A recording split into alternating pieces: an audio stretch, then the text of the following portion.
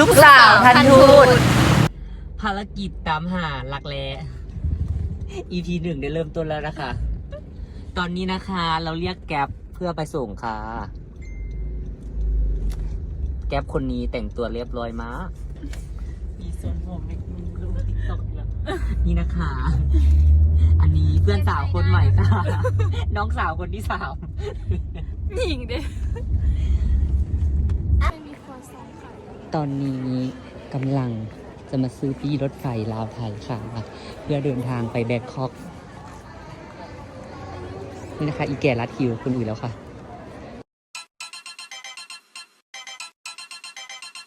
Yo no soy envidia, soy tu bizcochito, pero tengo todo lo que tiene delito. Que me pongan nena, soy que me derrito. El mal de ojo que me mando me lo quito. Yo no soy envidia, soy tu bizcochito, pero tengo todo lo que tiene delito. ตื่นเต้นรถไฟกำลังออกแล้ว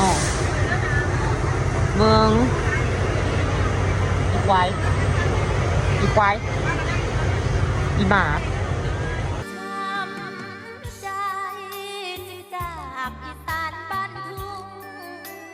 โคตรเอาเด้อเฮ้ย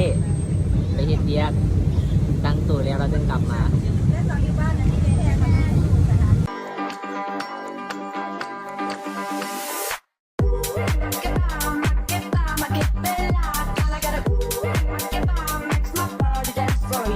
ตอนนี้ลูกสาวท่านทูตเข้ามาอยู่ที่รถโบแมนบนเครื่องเป็นที่เรียบร้อยแล้วนะคะ แล้วกระเป๋าของเอาไว้ใส่ นี่นะคะกับเพื่อนสาว กระเป๋าของเอาไว้ใส่ ไงครับเพื่อนแก่ นอนสบายไหมเอ่ย สบายมาก นี่นะคะซันเฟิร์สคลาสของเราก็จะประมาณนี้นะคะทุกคน สบายมากนอนสีตื่นละแต่1 โมงจุดเจ้าแต่ไหนจีฮอนนี่ Good morning ค่ะทุกคน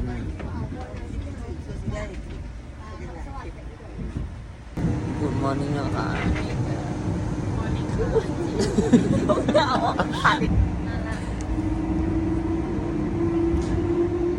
กรุงเทพพัทยาครั้งนี้ด้วยงบ 2,000 บาทเท่านั้นนะคะทุกคน แต่เพื่อนจะชวนไปกินคอปเปอร์คนละ1,500เอาไงดีคะนะคะทุกคนลูกเสียค่ะ ไม่รู้ว่าไปเฮียอยู่ตรงไหน ถ้าใครเห็นแล้ว เอามาส่งคืนเนี่ยเอาฮุบรูปมาเบอร์ยังไง รูปรูป อันนี้นะคะ ไม่รู้ใครขโมยไป หรือขโมยไปเอง เอาเล่นได้ค่ะ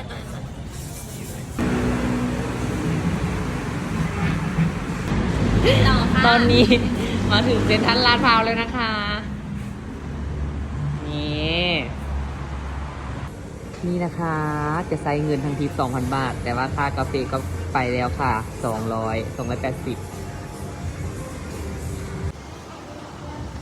ตอนนี้นะคะอยู่เซ็นทรัลลาดพร้าวค่ะ ว้าวเนี่ยแล้วกระเป๋าผมไปแล้วชิ้นท้ายต่อเจอ นี่ แล้ว นะ กระ คะ เป๋ามา สภาพ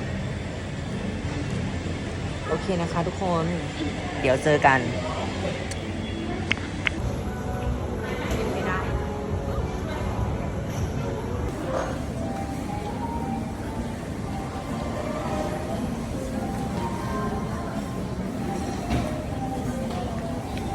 I'm ready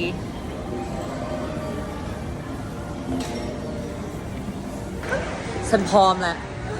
พร้อมมาก ฉันรออยู่นี่ตั้ง5 ชั่วโมงแล้ว พร้อมแล้วค่ะ พร้อมออกแล้วค่ะ พร้อมมาก เพื่อนมารับแล้ว ตอนนี้กำลังไปที่รถของเพื่อนค่ะ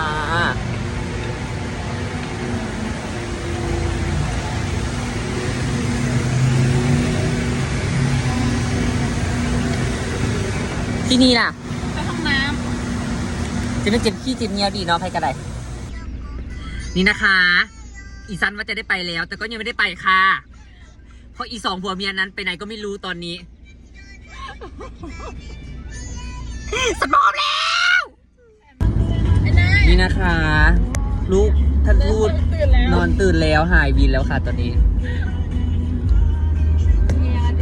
นี่ยังแล้วค่ะ เติมนิดหน่อยไหมทุกคน I would like some papaya salad and Pepsi อ๋อ ทิชชู่ แล้วดอก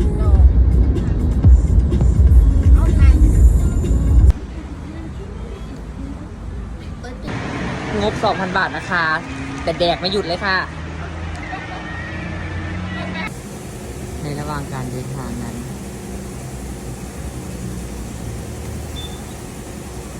นี่นะคะอีกตัวต้นเรื่อง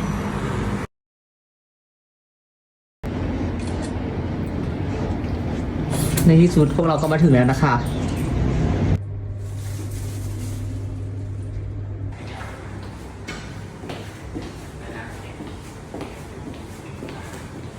วันนี้เรามาร้านอะไรนะคะ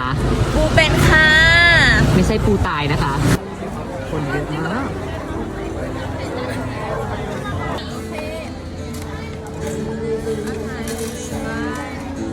ขวดเล็ก แต่งเต็มขนาดเนี้ย วันนี้คิดว่าจะได้เจอฮักแพรอยู่อ่ะ เอาขวด100%ขวดแบบนั้น โอเคค่ะ แล้วรักแพรอยู่ที่บ้านละคะ เอาแต่ทิ้ง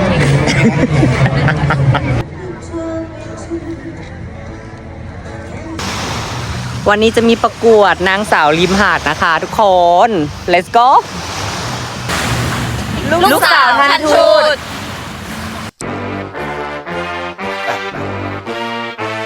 Yeah. Ha. Break down, come on.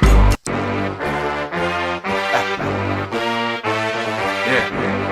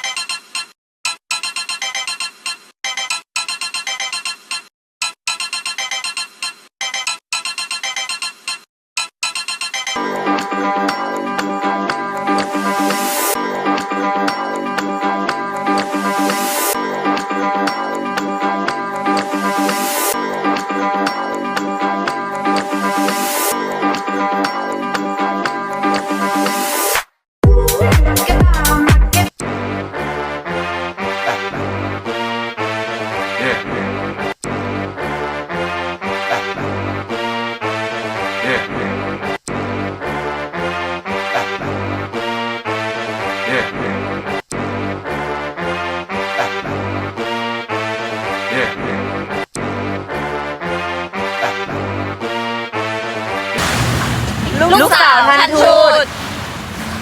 ร้านนี้นะคะที่เราจะดิ้นกัน เพื่อนแก่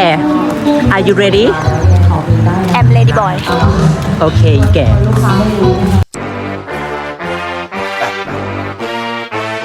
Yeah.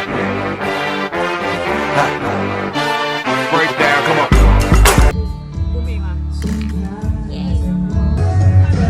อย่าลืมโหวตกันนะคะทุกคน บ๊ายบาย เอาคุณก็ไปถ่ายเปิดหยุดไปค่ะ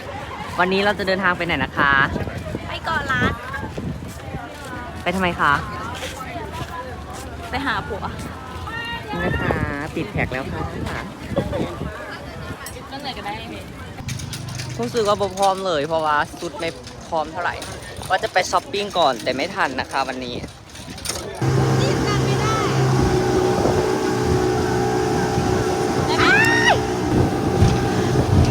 โอเคไม่โอเคคะ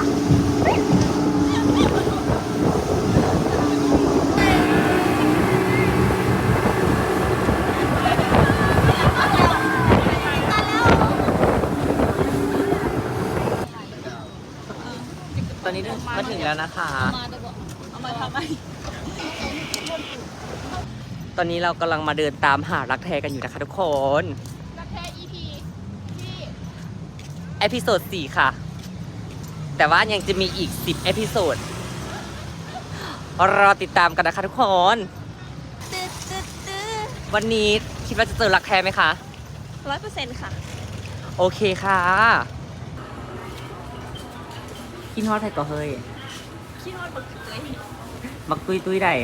บักตุยตุยบักตุยตุยแป๊บซี่เรือบักตุยตุยแฟนตา 2 3 นี่นะคะ เรากำลังจะเดินทางไปที่แกรนด์มาเธอร์แอนด์แกรนด์ฟาเธอร์บรีด ยา วิธีแก่นะคะ สวยมาก แก ค่ะ คนเดียวเหรอ ใช่นี่นะคะ ก็มายืนแคมป์หาดโง่ๆค่ะ เพราะไม่มีอะไรจะทำเลย จะดำน้ำก็ดำไม่เป็นจะขี่เจ็ตสกีก็กลัว ก็เลยไม่รู้จะทำอะไรมา อันนี้ยิ่งมั่นกว่าเมื่อกี้ค่ะ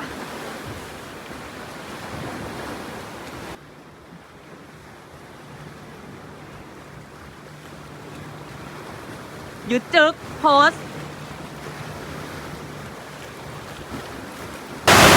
นี่อยู่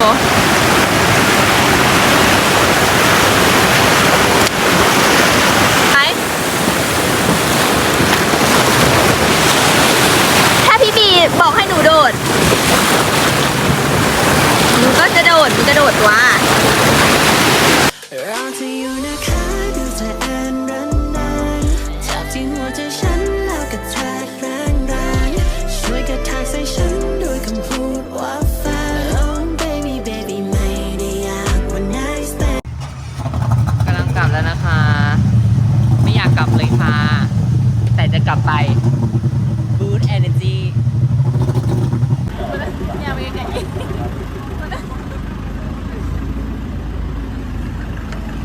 เพิ่งเป็นอย่าง น้ำพีแตก ตอนนี้กำลังมาที่ Sea of Love นะคะ เป็นคาเฟ่ค่ะ เปลี่ยนมูดไวมากอีดอกสวยมาก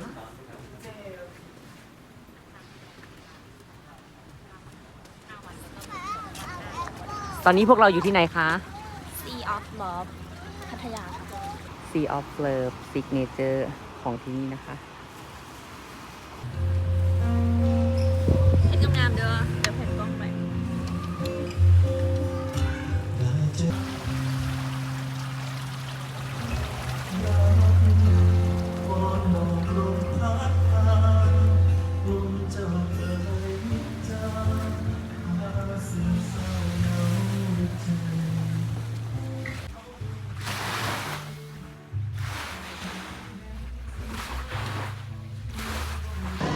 ตอนนี้กำลังเดินไปที่ Walking Street นะคะ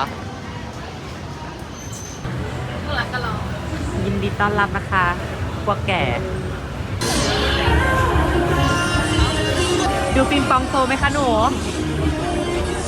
อยากเปิด ปักกิ้งโซก็มีนะคะ ผู้หญิงผู้ชายมีหมด เยอะมากเลยค่ะ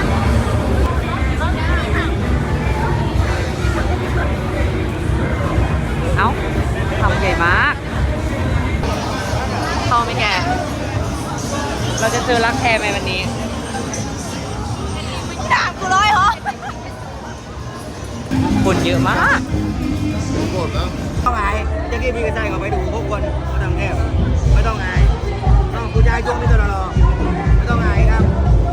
ได้ดื่มฟรีดื่มหนึ่งจะดื่มเบียร์ก็ได้โค้กก็ได้น้ำนมก็ได้ครับคนไทยเปล่าครับคนไทยมาจากจังหวัดไหนกันพี่ร้อนพี่อยู่พี่ดังใกล้ๆกันพี่อยู่ เป็นยังไงคะ รู้สึกยังไง ไม่ได้รู้สึกอะไรค่ะ เอ้า ก็บอกว่าอยากดูปิงปองโซไม่ใช่หรือก็จะพาไปดูอยู่นี่ไง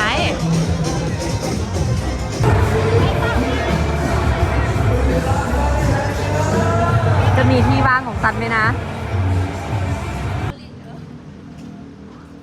วัดปะละแก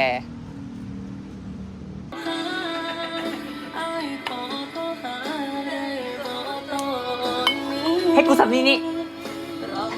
ให้กูสำนีนี่วะ ค่อยๆกินเซียว อยากกินเมาบัดเดียวนะ เขามี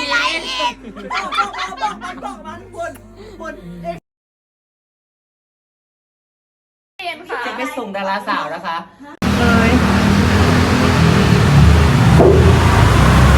เนี่ยอะไรเนี่ย อาหารเช้าของวันนี้นะคะ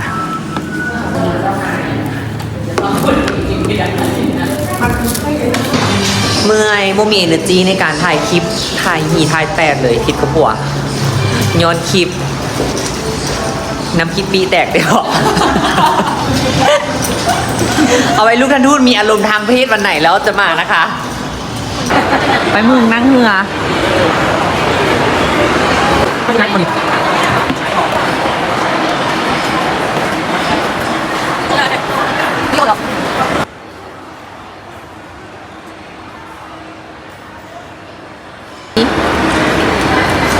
ขับไปสุดสันที่ท่าน้ำบ้านสัน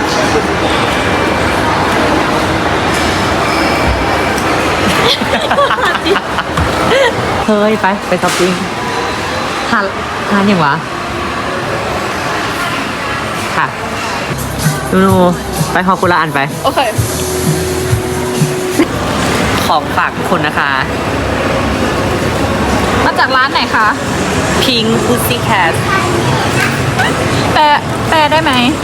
แมวน้อยตัวสีบัว แต่พิงกินเยอะแอเรีย 2 day trip นะคะทุกคน2 วัน 3 คืน2 วัน 1 คืนของเรา ขอบคุณอีแก่นะคะ ที่ซื้อให้ งามและยังใจดี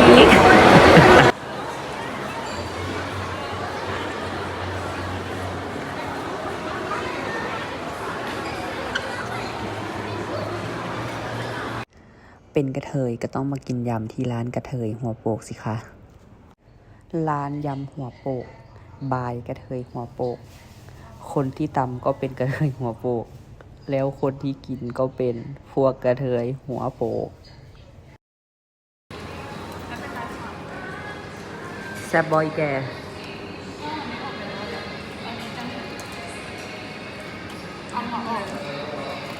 ก่อนกลับห้องก็ไม่ลืมสิ่งนี้นะคะบ๊ายบายนะคะเพื่อนนี่นะคะ6 นาที กับเวลาไปด่าน อะไรมันจะเร็วกว่ากัน ลูกทันทูตจะทันด่านไหม เดี๋ยวพายกระเป๋าไว้ก่อน หรือจะได้ ใส่เกลือไว้จิต หรือจะได้นอนที่ด่านคะFinally พวกเราก็ไปไม่ทัน นี่นะคะลูกทันทูตกำลังจะกลับประเทศ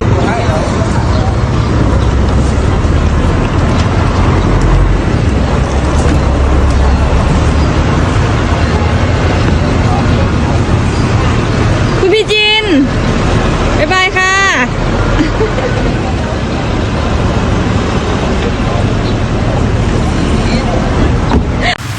ลูกสาวทันทูตฉันจืดแล้วนะ รักแท้ของฉัน